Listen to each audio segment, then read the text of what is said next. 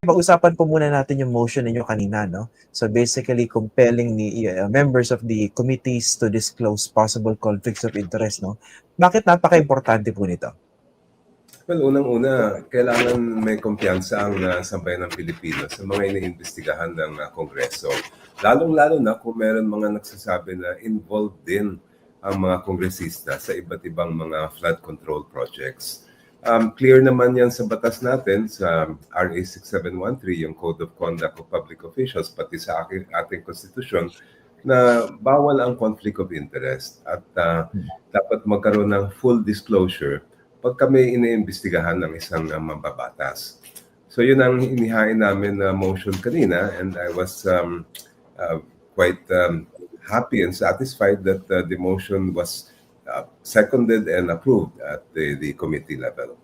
Wala bang naging matinding debate kanina, even siguro behind the scenes or on the sidelines dito sa motion ninyo? Wala naman nag-object.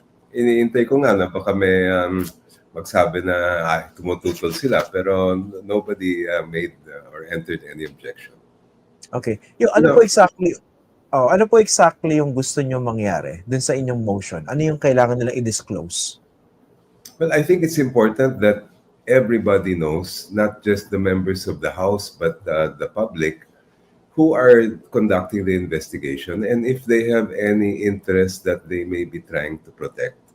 Kaya nga nandyan yung mga batas na yan para sigurado tayo na pag may nag-iimbestiga, ang hinahanap yung katotohanan. Wala silang tatakpan, wala silang ililihis, kundi malaman lang kung ano ba talaga ang nangyari. At kung may mga nagkasala, ay dapat magkaroon din ng pananagutan. Okay. So kunwari ako po yung congressman, member ng isa po sa mga komite na nag-iimbestiga dito sa flood control corruption. Base sa motion ninyo which was carried, ano yung kailangan ko isumite? Ano yung kailangan ko po i-disclose? Well, they must make a full disclosure of any direct or indirect financial, business, or pecuniary interest in any of the projects being investigated. Of course, dalawa ang maaring mangyari dyan. If we just consider the scenarios, unang-una, maaring meron silang interest pero hindi nila i-disclose. O maari na talagang walang interest at sasabihin nila na wala talagang interest. If in the first situation, if ever it comes out during the investigation or perhaps through the initiative of the media that yun nga, may mga interest pala yung isang mambabatas na nagsabing wala daw siyang interest, then that could be subject of either complaints within the Congress or even perhaps outside under the existing laws. Okay, so basically ang laking pagbabasehan po dito yung honesty ng individual congressmen, no? Kung ano i-disclose nila or kung ano hindi po nila i-disclose. I'd like to clarify lang, no? Paano kung sinabi niya wala akong any conflict of interest, direct or indirect, tapos it turns out meron, anong pwedeng gawin doon sa kongresista na yan? Maaring sampahan niya ng complaint sa ethics for violation of sa ethics committee. Maari din yan maging basis for a case under the Republic Act 6713, yung Code of Conduct of Public Officials. Paano po yung mga obvious na? Kasi may mga contractor na nasa kongreso, meron namang mga congressmen na meron mga kamag-anak na mga contractor.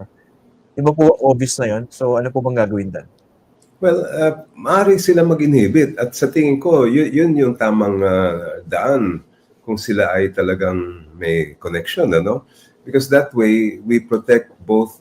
They will be protected themselves. Hindi pwede sabihin na in-influensyahan nila yung investigation. At the same time, we protect the image of the House.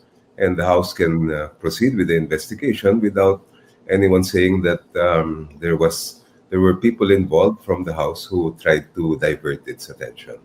Opo. Nung pinapanood ko kanina yung motion ninyo, ang tumatakbo po sa isip ko, baka kakaunti na lang kayo matira dyan sa pagdinig na yan kung pag-uusapan yung possible conflicts of interest. Ang rason ko po ay ganito.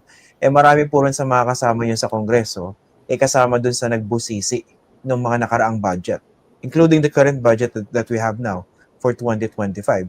Pwede ba namang magkaroon ng insertion, magkaroon ng malaking pondo yung mga flood control projects nang hindi alam ng mga kongresista? Paano po yan? Hindi po ba clear case of conflict of interest po yun. Well, let the chips fall where they may. And kung sakasakaling mangyari na kakaunti na lang ang nandyan na mag-imbestiga, we will still continue since that's the initiative of the House. At Hindi least ba we can say that this will be a fair, objective, and impartial investigation. do you think itong motion po ninyo, if properly implemented or carried out by individual members of those committees, would this be able to actually establish the credibility of this House investigation? Actually, Christian, even without this motion, dapat talaga kasama na sa tungkulin ng isang mababatas to make a disclosure once they know that there's a potential conflict of interest. In fact, kung umiiral pa yung kinikilala natin noon na delikadesa, this kind of motion would not even have been necessary. It would, each of the legislators would immediately have said, okay, this is an investigation into something that I have somehow an interest in, hindi ako magpa-participate dyan. But at the same time, we want to make sure that the public cannot say that this is going to be intended to be a cover-up or a whitewash. And as far as we're concerned, ako as a member of the minority, I want to make sure that we get to the bottom of this and we get to the truth. Ito po bang motion na inihaan ninyo, which was carried out, can this be seen as the next best thing? When in fact, dapat yata hindi na nagsagawa ng ganyang investigasyon dahil baka maraming sumabit ng mga kongresista at baka ang kalabasan, iniimbestigahan ng mga kongresista yung sarili nila. Again, this motion, can this be considered as the next best thing? I think so. Actually, Kong Laila de Lima, when this was taken up at the plenary a week or two ago, entered an objection, and she reiterated that this morning. But the resolution to conduct a tripartite committee investigation was approved at plenary. So that's something that already got the imprimatur of the House. So I guess in a way what you're saying is right. It's the next best thing. Kasi isa ko pang iniisip dito, no? Basically, the elephant in the room. Napakatahimik ni Speaker Ferdinand Martin Romualdez dito sa issue na ito. Hindi ba dapat marami rin siyang ipaliwanag dyan? Dahil pwede ba namang mangyari lahat ng insertions na yan na hindi alam ng Speaker? Pangalawa, yung dating head ng House Appropriations Committee, si Zaldico, tahimik din po ngayon. So, how would you deal with these two figures in the House of Representatives na clearly meron silang alam dyan sa mga nangyari at dapat magpaliwanag? Kung pinag-uusapan po natin dito ay disclosure of conflicts of interest at the very least, or making them explain what happened.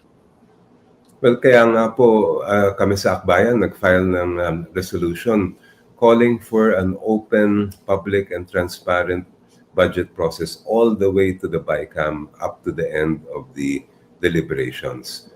What has been approved at the House level is to allow CSO, civil society organizations, to attend and observe hearings and meetings of the Committee on Appropriations, but none yet as far as the BICAM proceedings are concerned. And we hope that we can convince the House to do this. I understand there is already a counterpart resolution filed by the minority in the Senate. At dapat lang na maging bukas na bukas yung lahat ng mga mangyayari sa BICAM, because as we have seen from previous budgets, doon nakakaroon ng mga insertions. Opo. Ubra po ba yung kanamari kanina, I think nag-push nito si Congressman Toby Chanco na paharapin si Zaldico dyan sa committee investigation. Ubra po ba yun na isang miyembro ng Kongreso magiging resource person by the very nature of the position that he held in the last Congress? Yung actually, Christian, ang naghahain ng motion ay si Kong Egay Erice. Okay, sorry. And then siniportahan niya ni Kong Chanco. But eventually, Kong Erice asked for the deferment of his motion. So it's still pending, but we do not know when it will be revived by Kong Egay. Pero sa base sa rules, pwede po ba yan? Yung isang miyembro ng House, tumayong resource person? As far as I know, that another member of the House may be invited.